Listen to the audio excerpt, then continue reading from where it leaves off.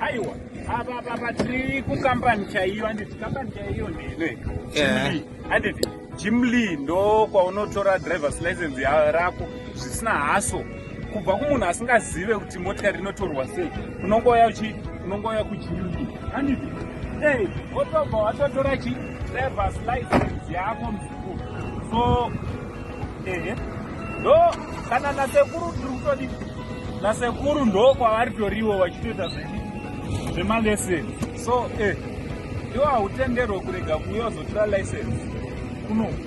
uri kudzinzwa sei mota dzangu kana ndiri mupromandina handiti muri ngoona kuti ininika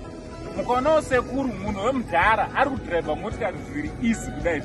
easy so vazukuru much love vazukuru handisi kuda kunyeperai nyika kwayananga kando kunonzi kumawere pasi parowa nenyundo muchipaona kudai zvaneti pasi parowa nenyundo chandasangana nacho vazukuru chinotondishungurudza kana izvozvo ichi ndichakuratidzai but chandoda kuti utange kuita usati wasubscriber, press the subscribe button, turn on your notification bell so that whenever we upload a video you'll be notified. Ndichitoti what is up, what's up wherever you are. Vazukuru vasekuru sei so vazukuru nyika meno kwayakunanga nditi zvinhu zvachona zviri kuita zvichipenetratawo munyika medu mbichana zvinhu zvakaita vanozviita magei vai handiti nemalesbian tiri kuzviona zviri kupinda munyika medu mbichana mazuva baba bhona edu zvazvisipo zvaitika but vanhu vainyanyowanda but mazuva ano zvava kutopinda mbichana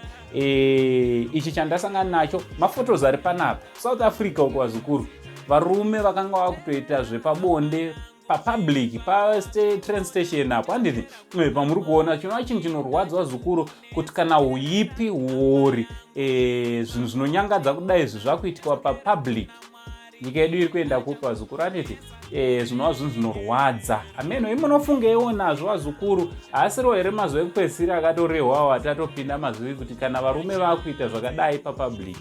ameno ngataurira nemucomment section kuti munofunge nenyaya iyi vazukuru from Uncle Zen the only Zimbabwean uncle pari zvino ndichiti much love.